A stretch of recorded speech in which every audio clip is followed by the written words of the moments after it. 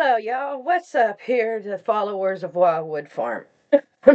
Today is the eve of Turkey Day.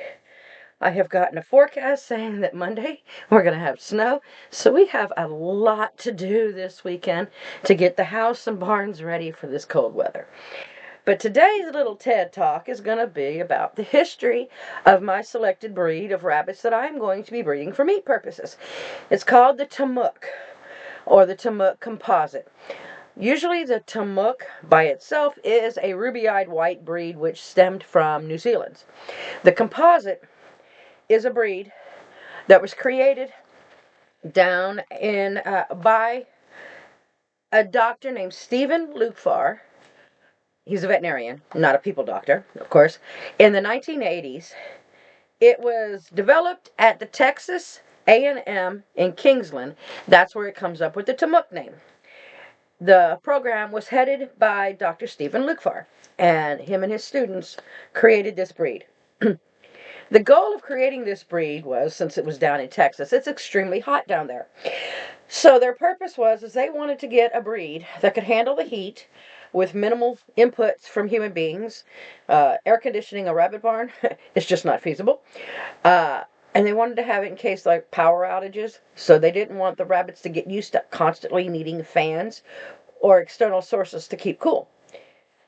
So besides the heat tolerance, they were also looking for a color variety because all white rabbits are very, very boring. High production rates, meaning large litters that they can raise, and early maturity. These rabbits are breedable between the ages of 4.5 to 5 months of age, and they grow fast, and they have a very fast growth rate. They convert feed to meat very efficiently. There were 7 breeds that were used in creating this rabbit. The New Zealand White and the New Zealand Red. Technically, that's one breed. It's New Zealand's, and the white and the red are color variations. The Siamese Satin. It's a satin rabbit with Siamese coloring, like a Siamese cat. Dark ears, nose, tail, and feet. The Californian rabbit. The Dutch rabbit. The Champagne d'Argent, very beautiful rabbit. Harlequin, that definitely gives color there. And the Havana. All those breeds were put in there. The bigger breeds, like the New Zealand's, the Satin, the California, and the Champagne d'Argent, were for the size, because they're larger breeds. Harlequin, Havana, and Dutch are smaller breed rabbits, but have a lot of colors, first of all, for the color variation, and they're very cobby, compact rabbits.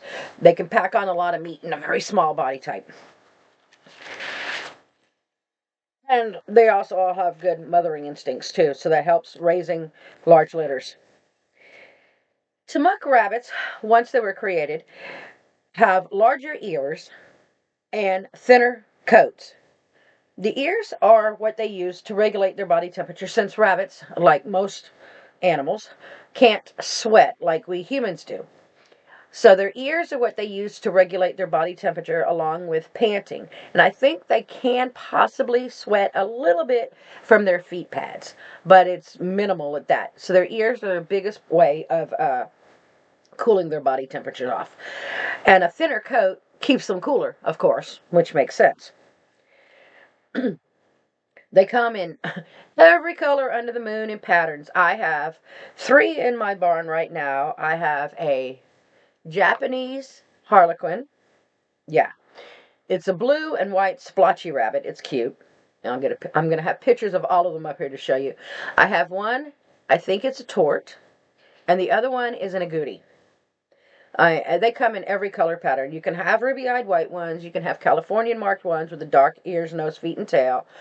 You can have solid colors in every color. You can have broken, which is spotted, in every color. So there's a wide variety. Great. It makes great for using their pelts. The size, the minimum adult size is 10 pounds. They can get bigger. Quite a bit bigger. I've seen 15, 20-pound rabbits of this size. They'll get to be about 5 pounds at about 10 weeks. And that 5-pound live weight is the perfect weight to be butchering out a rabbit. Their lifespan is between 8 and 10 years, and they're capable of breeding for quite a few of those years. Their average litter size is between 6 to 8 kits. I have had a rabbit have 17 babies alive. 17 alive babies. I happened to have a doe that kindled and all her babies died, so I split the litter up and I fostered half of that litter off to another doe, and all the babies lived, believe it or not. Astronomical. The body type is what's called mandolin, meaning when you pose the rabbit or put it on the table and it lays down on the table, its body arch starts past its shoulders and then its butt arches up. I'm going to do a video later on how you pose and judge the different body types.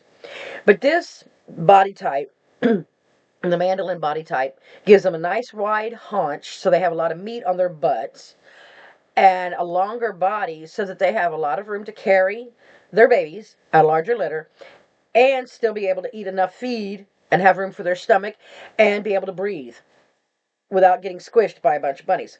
So the larger body type is more compatible to having larger litters.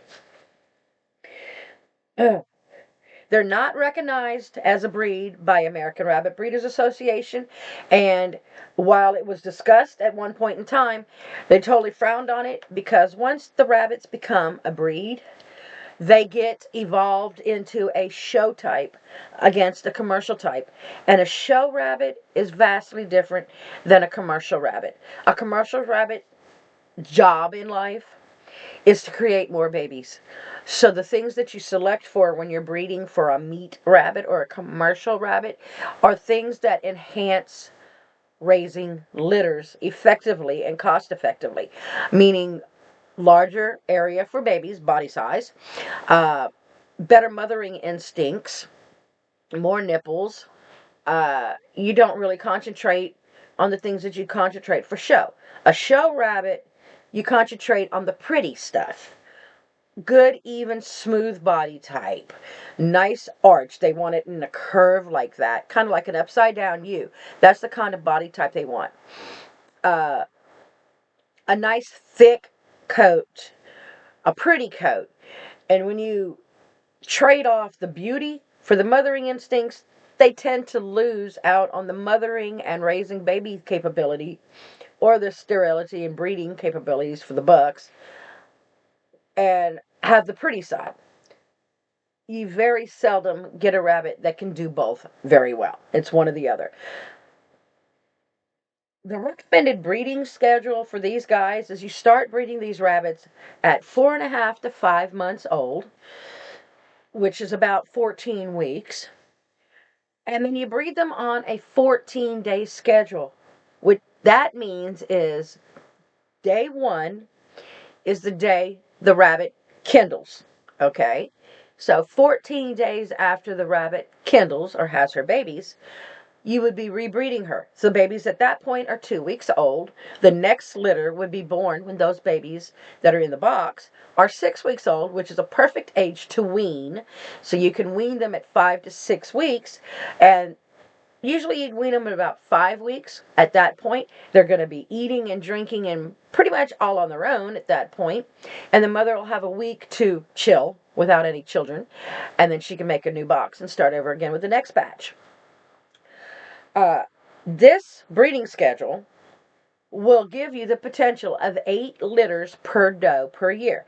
For this fast of a breeding schedule, you're going to have to make for sure that you're feeding your rabbits a very adequate diet and you're keeping up with their condition.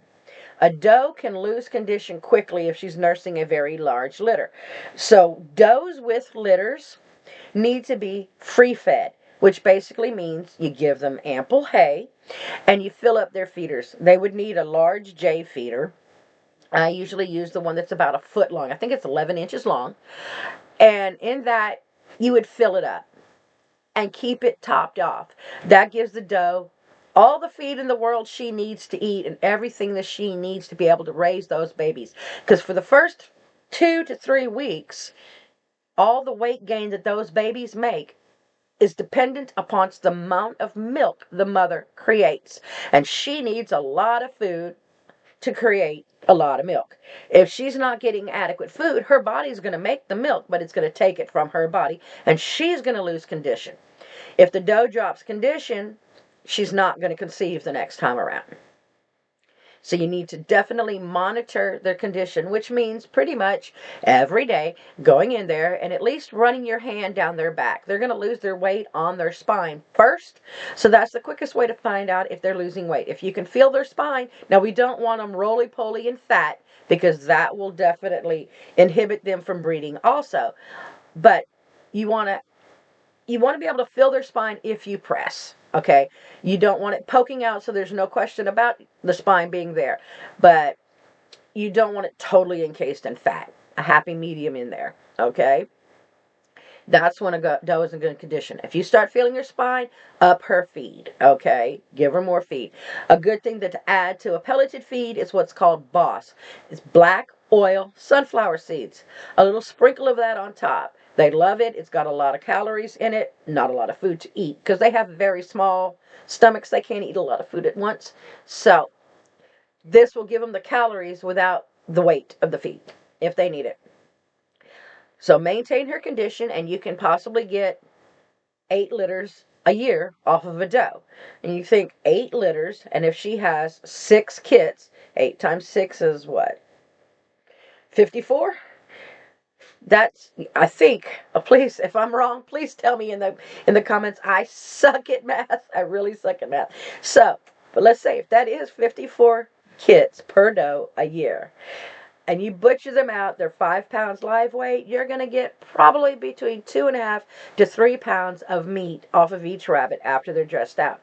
That's a lot of meat. I can't even do that math. I'm not even going to go there with that math. But if I'm thinking right, that's going to be about 150 pounds of meat, something like that. Please let me know in the comments. So that is why I chose the Tamuk rabbits. They were bred specifically for meat production. They were not bred to be pretty, although they are beautiful animals. They're used to a cage life, so putting them down on the ground isn't recommended. But they can and will do well if you do raise fodder for them, or if you forage for them, or you give them other stuff besides like vegetables and things like that. I'll go into diet on another video, a good recommended diet if you're going to be foraging or supplementing besides a commercial pellet. But the easiest, fastest way to do this is on a commercial pellet. So that way you can monitor exactly how much they're eating, and you know they have a completely balanced diet and you're not missing anything in there. So let's see. But so at that point, you have a rabbit that makes rabbits quickly, definitely lives up to breeding like a rabbit, and is pretty at the same time. And checking that nest box will always be Christmas, no matter what time of the year, because no matter how well you track their background, you're not always going to know what you're going to get, unless you're always breeding 2 ruby-eyed white rabbits, which are albinos. And those chances is very slim you're going to get any kind of color. But if you're breeding different colors, it's going to be a surprise what you get in that nest box. And that's the whole fun of all of this. So that's my TED Talk today on my favorite rabbit in the barn, Tamuks. And tomorrow, my next video is going to be on how you pose and judge and check rabbits for its health and overall condition to make for sure you're getting a healthy rabbit that will fit your needs. I hope everybody has a fantastic Thanksgiving, and if your weather's taking the deep dive like mine is, I hope everybody stays warm and dry. Bundle up your animals, stoke your fires. Happy Thanksgiving, one and all, and God bless. Oh, and by the way, please don't forget to like and share and comment on my videos so this can get shared out to more people.